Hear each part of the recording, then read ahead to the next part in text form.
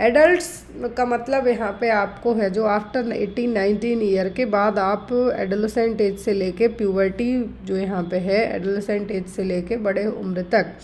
तो यहाँ पर यदि हम बात करें कि डेप्थ कितना होगा जब आप चेस्ट कंप्रेशन दे रहे हैं अपने हैंड से, तो मे बी एटलीस्ट 2 इंच और 2.4 इंच से ज़्यादा नहीं होना चाहिए, क्योंकि ऐसे में रिब्स डैमेज होने का चांसेस रहेगा। बच्चों में देते हैं आप तो 2 इंच बस, कितना 1/3 depth of the chest. Infant में है तो 1.5 इंच बस, कितना 1.5 इंच। अब यहाँ पर यदि हम बात करें कि कंप्रेशन टू ब्रीथ रेशियो होता है बाय सिंगल रेस्क्यूअर, तो एडल्ट्स और चिल्ड्रन में सेम है, इन्फेंट्स में भी सेम है, बट यहाँ पर जो डेप्थ ऑफ कंप्रेशन है वो अलग है। तो यहाँ पर न्यूनेट कंप्रेशन का जो वेंटिलेशन रेशियो है वो है 3/1, कितना है 3/1। Next one is fetal bradycardia is defined as, तो यहाँ पे आपको जो वेंटिलेशन रेशियो है, चेस्ट कंप्रेशन है, ब्रीदिंग है, ये एग्ज़ाम में एक क्वेश्चन आता है, या तो रेशियो पूछा जाता है या यहाँ पर इंडिकेशन पूछे जाएंगे किसको देंगे आप, कब देंगे। Next is fetal bradycardia is defined as, तो फीटल ब्रेडिकार्डिया का जो डेफिनेशन है यहाँ पर वो कौन सी है, less than 100 beat per minute, between 100 and 200 beat per minute, less than 120 beat per minute, या फिर less than 120 beat per minute for a period of 15 minute. तो यहाँ पर फीटल ब्रेडिकार्डिया, फीटल का मतलब ही क्या है, बच्चा गर्भ में है। ब्रेडिकार्डिया का मतलब होता है पल्स रेट है जो बिलो, बच्चे में बात करते हैं तो बिलो 140 से भी नीचे चली जाना, 120 to 140 के नीचे चली जाना। जो फीटल एज में बच्चे का जो हार्ट रेट होता है वो होता है कितना 120 to 140 तक, कितना 120 से 140 नॉर्मल होता है, लेकिन जब ये 120 से भी कम चली जाए, क्या है 120 से भी कम चली जाए, जो एक रेंज है क्या 120 से 140 है, लेकिन जब ये 120 से बिलो जाएगी तो ये क्या हो जाएगा फीटल ब्रेडिकार्डिया। क्लियर है। नेक्स्ट वन, और यदि यही एडल्ट में जाए, एडल्ट की भी आप सुन लीजिए, यदि एडल्ट में ब्रेडिकार्डिया की बात की जा रही है तो बिलो 60, याद रखिए एडल्ट में बिलो 60।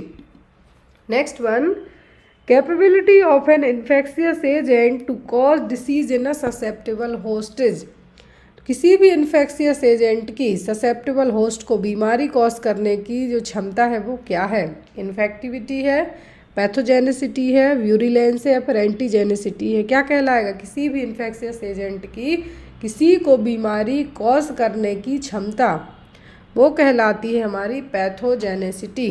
क्या है, पैथोजेनिसिटी। अब देखिए तीनों चीज़ें समझने की कोशिश कीजिए, बिल्कुल माइनर सा डिफरेंस है।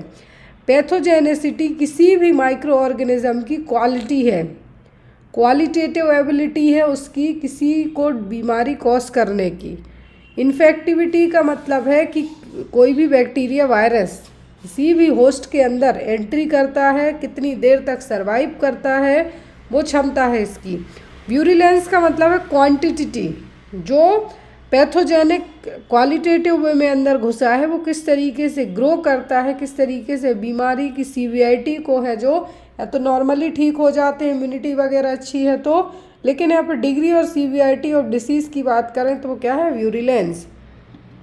Next one, pentavalent vaccine include, pentavalent vaccine में कौन सी वैक्सीन है जो इंक्लूडेड है, DPT hepatitis B rotavirus, DPT polio hepatitis B, या फिर DPT hepatitis B HIV, DPT HIV Japanese encephalitis.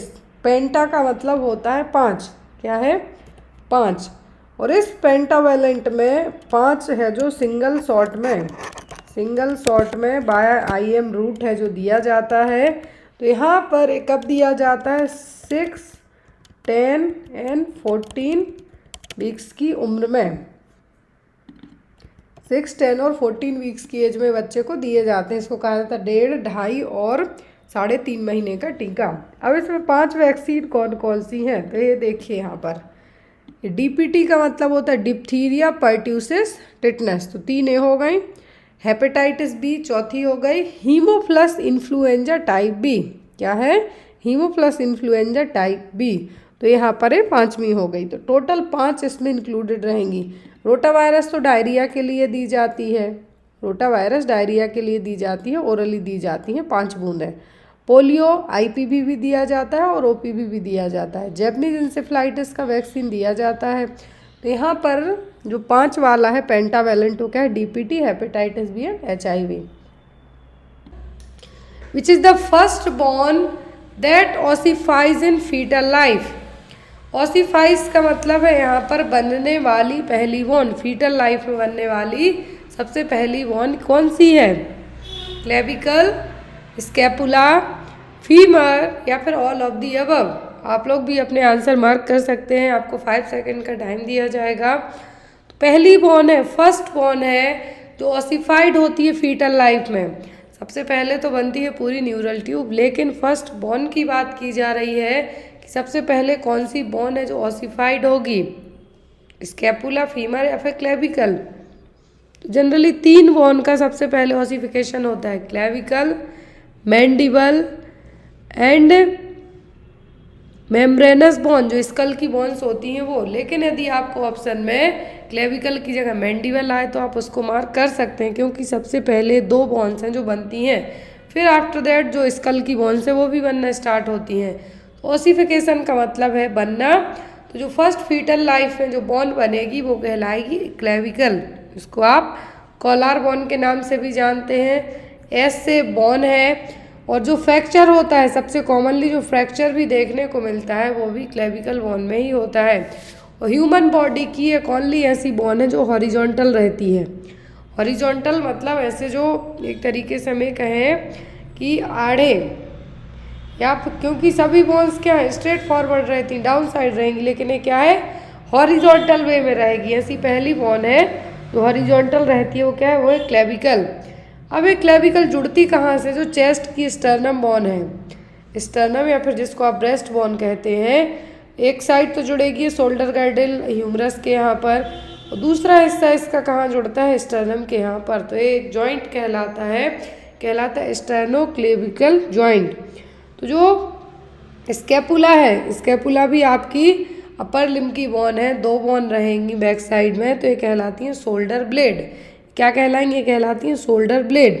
तो यहाँ पर स्कैपुला, क्लेविकल, क्लेविकल पूछे, एस से बोन है, ह्यूमन बॉडी में ओनली हॉरिजेंटल शेप में पाई जाने वाली मात्र के ही बोन है, और ये 5 से 6 वीक में, 5 to 6 वीक की एज में, इंट्रायूट्राइन लाइफ में जब 5 से 6 वीक का फीटस रहेगा उस टाइम पर क्या होती, बनना स्टार्ट होती, ऑसिफिकेशन होना इसका स्टार्ट होगा। पहली बोन है जो ऑसिफाइड होती है क्लेविकल, मैंडिबल और मेम्ब्रेनस बोन ऑफ स्कल, जो कि 5 वीक से लेकर 12 वीक तक में बन के पूरी डेवलप हो जाती हैं। तो यहाँ पर आपका आंसर यदि पूछे कि पहली ऑसिफाइड बोन कौन सी है तो होगी क्लेविकल। क्लेविकल नहीं है यदि ऑप्शन में तो मैंडिबल रहे तो आप मैंडिबल को भी मार्क कर सकते हैं। नेक्स्ट है यहाँ पर A clinical symptom of Wasting syndrome in AIDS includes all.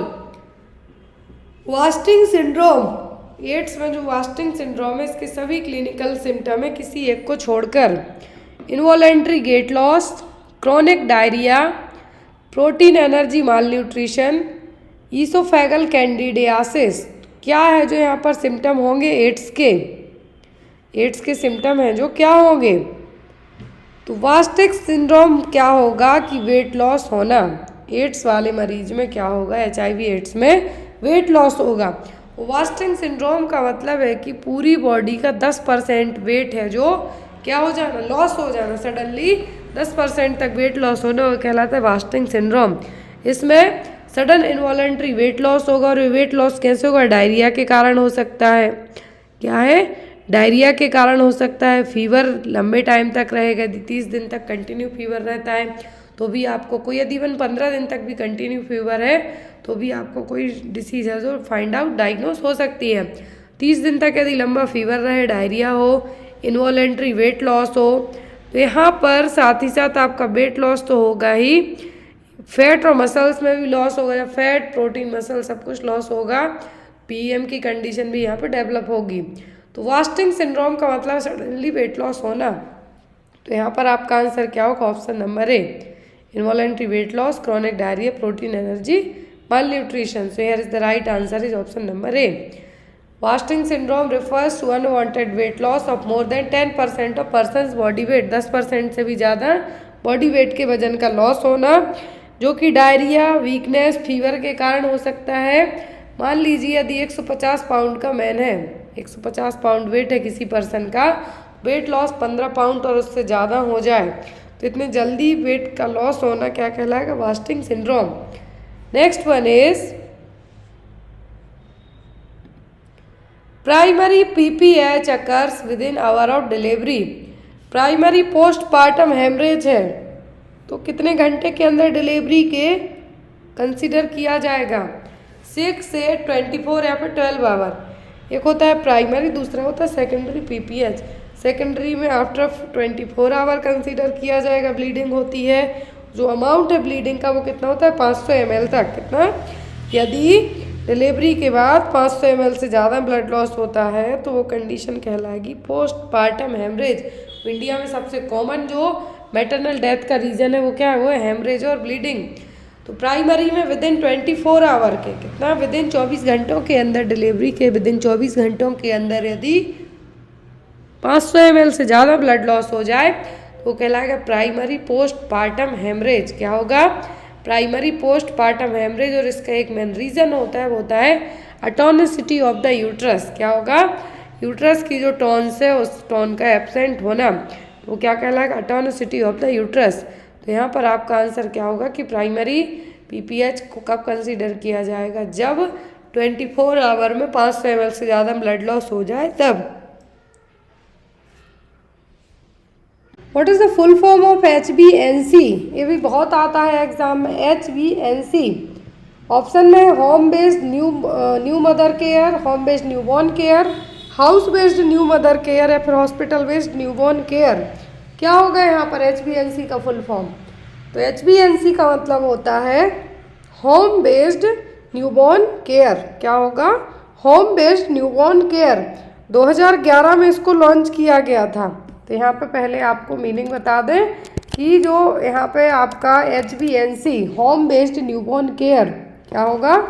Home based newborn care. अब ये HbNc केयर है जो यहाँ पर कब लाई गई थी? 2011 में। न्यूनेटल मॉर्टेलिटी को रिड्यूस करने के लिए, न्यूनेटल मॉर्टेलिटी को रिड्यूस करने के लिए home based newborn care scheme को लाया गया था 2011 में। अब यहाँ पर ये जो HbNc है, इसके इंसेंसिटाइज्ड कौन होते हैं, मतलब इसको कौन कंडक्ट करते हैं? तो वो होंगी आशा वर्कर, जो एक्रीडिटेड सोशल हेल्थ एक्टिविस्ट होती हैं। वो विजिट करती हैं घर, जिस भी घर में जो भी प्रेग्नेंट लेडीज़ हैं वहाँ पर जाके पूरी प्रेगनेंसी भर यहाँ पे क्या करती हैं? यहाँ पे जो डेटा वगैरह तो रहता है वो करती हैं। लेकिन जब होम बेस्ड न्यूबॉर्न केयर की बात आती है, आफ्टर द डिलीवरी के बाद दी जाने वाली केयर, अब जो डिलीवरी यदि घर पे हो गई हैं तो उनको भी दिया जाएगा केयर, और जो हॉस्पिटल में हुई हैं घर आ गई हैं आफ्टर डिलीवरी के बाद, उनकी भी केयर यहाँ पे की जाएगी। तो यहाँ पर 42 दिनों तक की केयर, यहाँ पर कितनी, जो परपीरियम पीरियड होता है कितने दिनों का होता है? पोस्टपार्टम पीरियड और परपीरियम पीरियड 42 दिनों का होता है। क्लियर? तो अब जो यहाँ पर HbNc केयर है, क्या है? HbNc केयर है। तो यहाँ पर इस HbNc केयर में जो विजिट की बात करें, हम विजिट की बात करें, 6 विजिट की जाती हैं यदि क्या हो? इंस्टीट्यूशनल डिलीवरी हुई हो। मतलब ये आपको विजिट याद रखनी है, एग्जाम में पूछी जाती हैं कि यदि किसी की हॉस्पिटल में डिलीवरी हुई है तो जो आशा वर्कर जाती हैं विजिट के लिए, आशा वर्कर फ्री में तो जाके विजिट करेंगी नहीं। यदि हॉस्पिटल में डिलीवरी हुई है तो 3rd डे से जाके चेक करेंगे, क्योंकि शुरुआती 48 घंटे तक तो हॉस्पिटल में ही रहेगी प्रेग्नेंट लेडी और बच्चा। तो यहाँ पर न्यूनेटल मॉर्टेलिटी को कम करने के लिए 6 विजिट की जाएंगी। कहाँ पे? यदि हॉस्पिटल वाली डिलीवरी हुई हो तो कब कब की जाएंगी आशा के द्वारा वो विजिट? डे 3rd में, day 7th, day 14, day 21, day 28 और डे 42। याद रखना एग्जाम में पूछी जाती हैं। यदि इंस्टीट्यूशनल डिलीवरी होगी तो 6 विजिट, होम बेस्ड डिलीवरी होगी तो ओनली यहाँ पर जिस दिन डिलीवरी हुई वो दिन एक एक्स्ट्रा जुड़ जाएगा। 1, 3, 7 जो 6 विजिट है वहाँ पे दिन स्टार्ट हुए तीसरे दिन से, क्योंकि 48 घंटे तक हॉस्पिटल में रहे इसलिए। अब जो 7 विजिट होती होम बेस्ड डिलीवरी में, तो 1, 3, 7, 14, 21, 28, 42 ये क्वेश्चन आता है आपको एग्ज़ाम में, एएनएम में भी आ सकता है, जीएनएम में भी आ सकता है। और आशा जब पर विजिट के लिए जाएगी तो उसको पर विजिट का 250 रुपीज़ है जो प्रोवाइड किया जाएगा, वो पेमेंट आपको नहीं देनी है, वो गवर्नमेंट के थ्रू मिलती है। जो होम बेस्ड न्यूबॉर्न केयर है वो जो पेमेंट होती है वो कब दी जाती है, पर विजिट में 250 रुपये किसके लिए, आशा के लिए। क्लियर। नेक्स्ट इज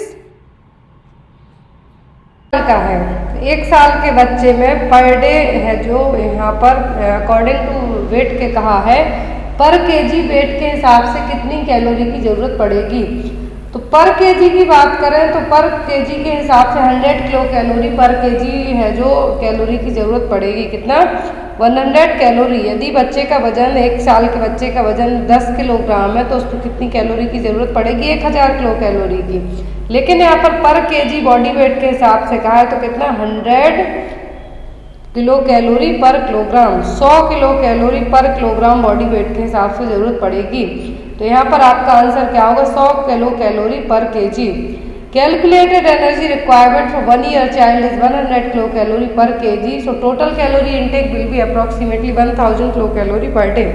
तो 1 साल के बच्चे में पूछते हैं तो कितना, 1000 kilo calorie per day. In case आपको एग्जाम में बच्चे का वेट दिया जाए और पूछा जाए कितनी कैलोरी की ज़रूरत पड़ेगी इस बच्चे को, तो यहाँ पर वेट के हिसाब से आप कैलकुलेट कर सकते हैं कि 1 किलोग्राम के हिसाब से 100 किलो कैलोरी की ज़रूरत पड़ेगी।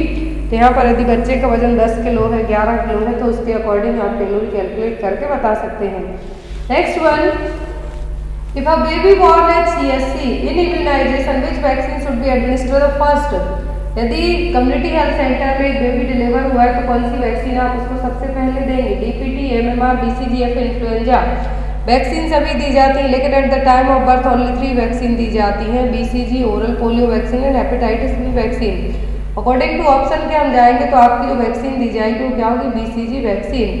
अब BCG वैक्सीन किस रूट से दी जाती है, कहाँ पे दी जाती है, तो सब चीज़ें हम देखेंगे। तो BCG वैक्सीन इंट्राडर्मली दी जाती है, ओनली एक ही ऐसी वैक्सीन है जो इंट्राडर्मल रूट से दी जाती है, लेफ्ट अपर आर्म में। BCG वैक्सीन का जो डोज होता है eight the time of birth दिया जाता है 0.05 ml। इन केस बच्चे को eight the time of birth हम BCG वैक्सीन नहीं दे पाए हैं तो उसको जो BCG का हम डोज देंगे 4 वीक का, यदि बच्चे की एज 4 वीक से ज़्यादा की हो गई या फिर 1 महीने से ज़्यादा की हो गई तो 1 महीने से ज़्यादा की एज से लेकर 1 ईयर तक की एज तक बच्चे को जो BCG वैक्सीन का डोज दिया जाएगा वो होगा 0.1 ml। कितना, 0.1 ml डोज है जो फिर दिया जाएगा।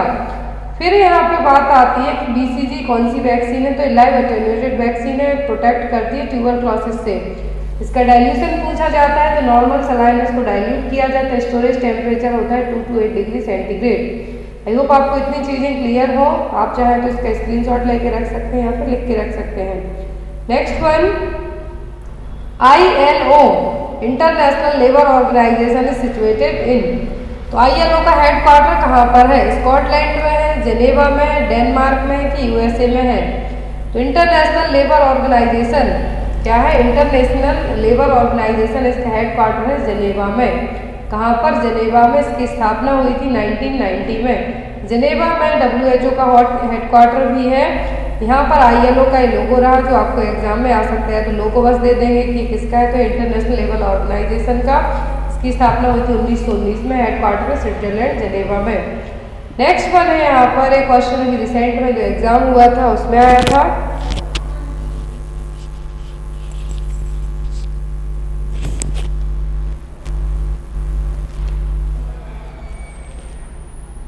विच is not a test for ovulation. तो यहाँ पर ओव्यूलेशन का टेस्ट कौन सा नहीं है। ओव्यूलेशन का मतलब होता है जब एग रिलीज हो, क्या हो, एग रिलीज हो।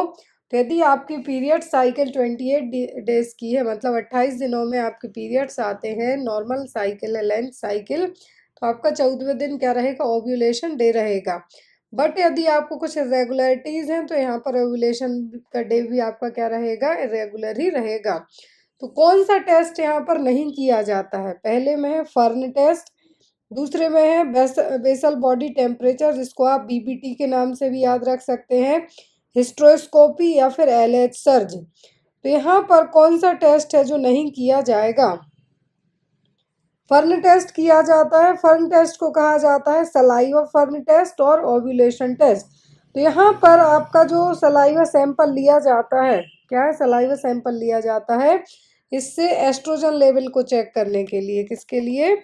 एस्ट्रोजन लेवल के लिए यहाँ पर एक फर्न टेस्ट आपका हेल्प करेगा। बेसल बॉडी टेम्परेचर की बात करें तो जब भी ओव्यूलेशन डे आने वाले हैं तो यहाँ पर आपका जो टेम्परेचर है वो क्या होता है, इंक्रीज रहता है। हिस्ट्रोस्कोपी नहीं की जाती। एलएच का लेवल क्या होता है, ए भी हाई होता है। ड्यूरिंग द ओव्यूलेशन टाइम में ए भी हाई होता है। तो यहाँ पर क्या नहीं होगा, वो होगा हिस्ट्रोस्कोपी। बाकी ओव्यूलेशन के लिए बेसल बॉडी टेम्परेचर से भी पता कर सकते हैं। ओव्यूलेशन नाउअडेज किट आने लगी है मार्केट में, उससे भी आप पता कर सकते हैं। फर्न टेस्ट से भी यहाँ पे पता चलेगा। तो यहाँ पर एक क्या है, फर्न टेस्ट। नेक्स्ट है यहाँ पर hydrops fetalis is associated with. तो जो हाइड्रोप्स फीटलिस है किसके कारण होने के चांसेस रहेंगे? ऑप्शन में है हेपेटाइटिस बी, पर्वोवायरस V19, मलेरिया या फिर ट्यूबरक्लोसिस। तो हाइड्रोप्स फेटलिस या फिर हाइड्रोप्स फीटलिस है जो कि एक रेयर कंडीशन है। क्या है? रेयर कंडीशन है जिसमें फ्लूइड एक्यूमुलेट हो जाएगा। कहाँ पर? 2 फीटल कंपार्टमेंट में। देखिए यहाँ पर हाइड्रोप्स फीटलिस एक रेयर कंडीशन है, याद रखना है आपको, जिसमें बहुत ज़्यादा अमाउंट में एक्सेसिव फ्लूइड एक्यूमुलेशन हो जाएगा। एटलीस्ट 2 बॉडी के कंपार्टमेंट में, किसी भी पार्ट में हो सकता है यहाँ पर। फिर यहाँ पर जिसमें कभी कभी इम्यून आपके बच्चे की खुद की बॉडी के कारण भी हो सकता है, कभी कभी माँ के लिए यदि RH इनकम्पेटेबिलिटी है तो भी हो सकता है। लेकिन यहाँ पर यदि इन्फेक्शन के थ्रू पूछा गया है, देखिए यहाँ पर जो ऑप्शन है यहाँ पे आपको इन्फेक्शन के थ्रू है, तब पर्वोवायरस है, पर्वोवायरस V19, मलेरिया नहीं होगा यहाँ पे। पर्वोवायरस है जो V19 यहाँ पे कंडीशन कॉज कर सकता है। क्लियर है?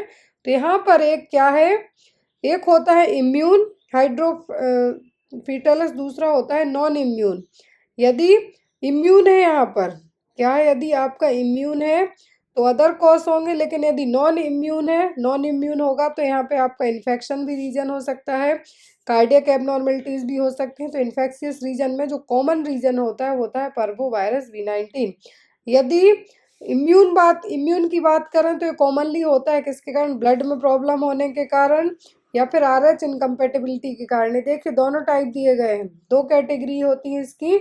इम्यून हाइड्रोप्स फीटलिस जो कि RH इनकम्पेटेबिलिटी के कारण होगा, और दूसरा होता है नॉन इम्यून। क्या होता है? Non immune hydrops fetalis. तो यहाँ पे जो जनरली मेन रीजन होते हैं क्या, जेनेटिक कंडीशन हो सकती हैं या फिर इन्फेक्शियस कंडीशन हो सकती हैं।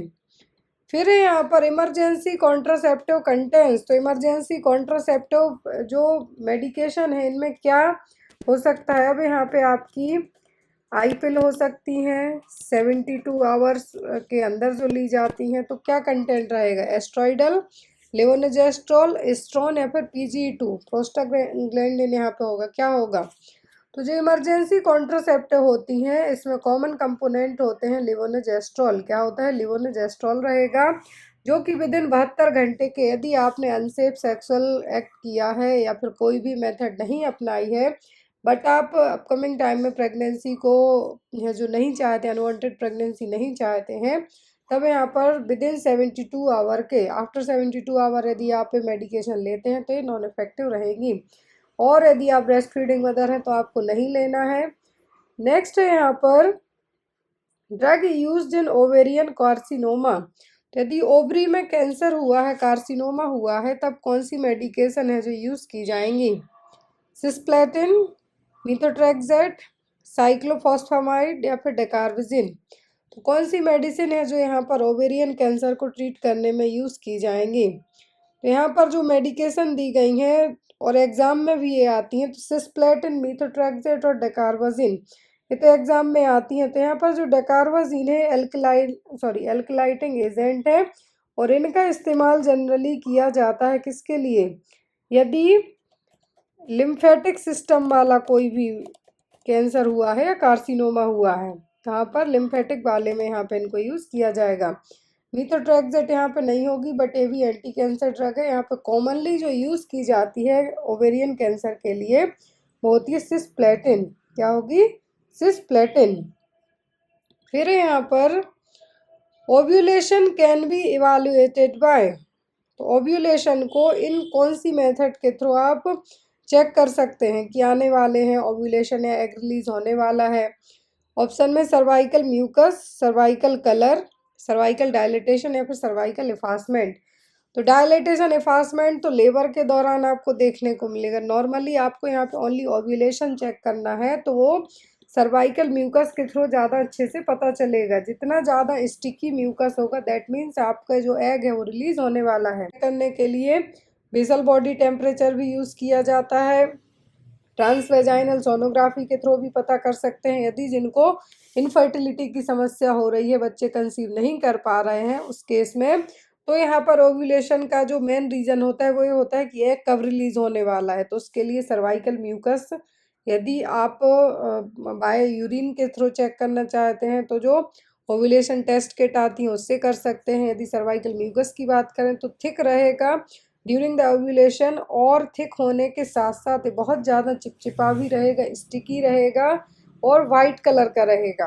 दैट मीन्स यहाँ पर एक क्या है आपका ओव्यूलेशन, इसके थ्रू आप डिटेक्ट कर सकते हैं कि एग आपका विद इन 36 घंटे या 32 घंटे या 40 घंटे, ये कह सकते हैं हम कि विद इन 2 डेज के अंदर एग रिलीज होने वाला है। ब्लड टेस्ट के थ्रू भी पता कर सकते हैं। LH लेवल है जो बढ़ा हुआ रहता है जब ओव्यूलेशन आने वाला हो।